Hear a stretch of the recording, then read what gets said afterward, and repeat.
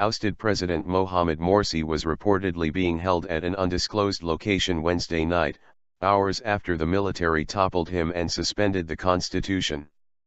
Ahmed Aref, a spokesman for the Muslim Brotherhood party, told Reuters both Morsi and an aide were being held but he didn't know their location. A security official said they were at a military intelligence facility, Reuters said. In announcing Morsi's ouster earlier in the day, Egypt's top military commander said he had been replaced by the Chief Justice of the Constitutional Court as interim head of state. In addition, General Abdel-Fattah el-Sissi said the country's constitution has been temporarily suspended and new elections would be held. At least 14 people were killed in clashes between Morsi's supporters and opponents following the announcement, Reuters said, citing the state news agency MENA. 8 of the dead were reported to be in the northern city of Marsa Matruh, with 3 killed and at least 50 wounded in Alexandria. Another 3 were killed in the southern city of MENA. In Washington, President Obama issued a statement Wednesday night saying the administration was deeply concerned by the decision to remove Morsi and urged the military to avoid any arbitrary arrests of the president and his supporters. Obama also said in light of Morsi's ouster he had directed the relevant departments and agencies to review the implications under U.S. law for our assistance to the government of Egypt. At the same time, a security official in Cairo said the head of Morsi's Muslim Brotherhood political party and the organization's deputy chief had been arrested, reportedly in connection with an escape from prison in 2011. The state-run newspaper Al-Ahram said arrest warrants were being issued for 300 members of the Brotherhood, Reuters reported. Millions of anti-Morsi protesters in Tahrir Square and around the country erupted in cheers at the news of Morsi's ouster, setting off fireworks and shouting "God is great and long live Egypt."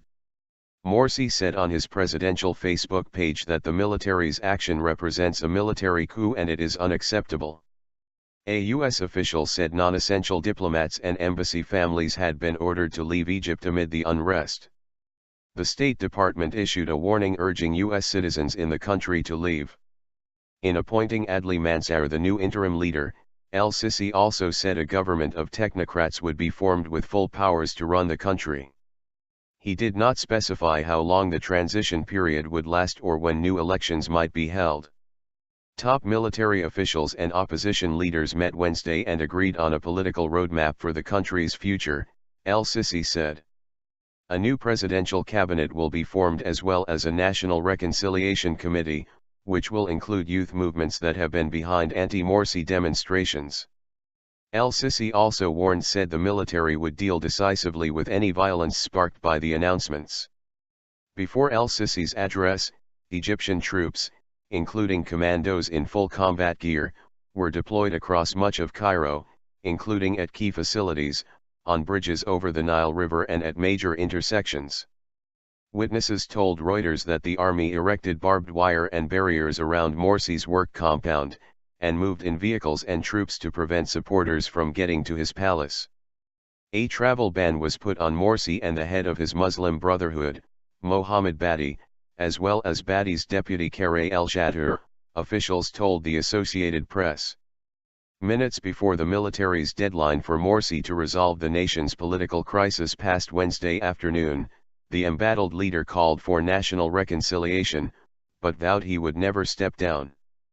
Millions were in the main squares of major cities nationwide, demanding Morsi's removal, in the 4th day of the biggest anti-government rallies the country has seen, surpassing even those in the uprising that ousted against his autocratic predecessor Hosni Mubarak. Critics say Morsi set the nation on a path toward Islamic rule. Khaled Daoud, spokesman of the main opposition National Salvation Front, which pro-reform leader Mohammed el-Baradei leads, said that el-Baradei, Sheikh Ahmed el-Taib, Grand Imam of Al-Azhar Mosque, and Pope Tawadros II, Patriarch of Egypt's Coptic Christian minority, were part of the Wednesday meetings with military leaders. Employees at Egypt's state TV station said military officers were present in the newsroom monitoring its output, but not interfering with their work. In an emotional 46-minute speech late Tuesday, Morsi vowed not to step down and pledged to defend his constitutional legitimacy with his life in the face of 3 days of massive street demonstrations calling for his ouster. The Islamist leader accused Mubarak loyalists of exploiting the wave of protests to topple his regime and thwart democracy. "There is no substitute for legitimacy," said Morsi, at times angrily raising his voice, thrusting his fist in the air and pounding the podium. He warned that electoral and constitutional legitimacy is the only guarantee against violence. On Tuesday, clashes in Cairo and elsewhere in the country left at least 23 people dead, most in a single incident near the main Cairo University campus. The latest deaths take to 39 the number of people killed since Sunday in violence between opponents and supporters of Morsi, who took office in June last year as Egypt's first freely elected leader. At the U.S. State Department media briefing Wednesday, spokeswoman Jen Psaki restated the administration's priority on the democratic process. "It's never been about one individual," she told reporters.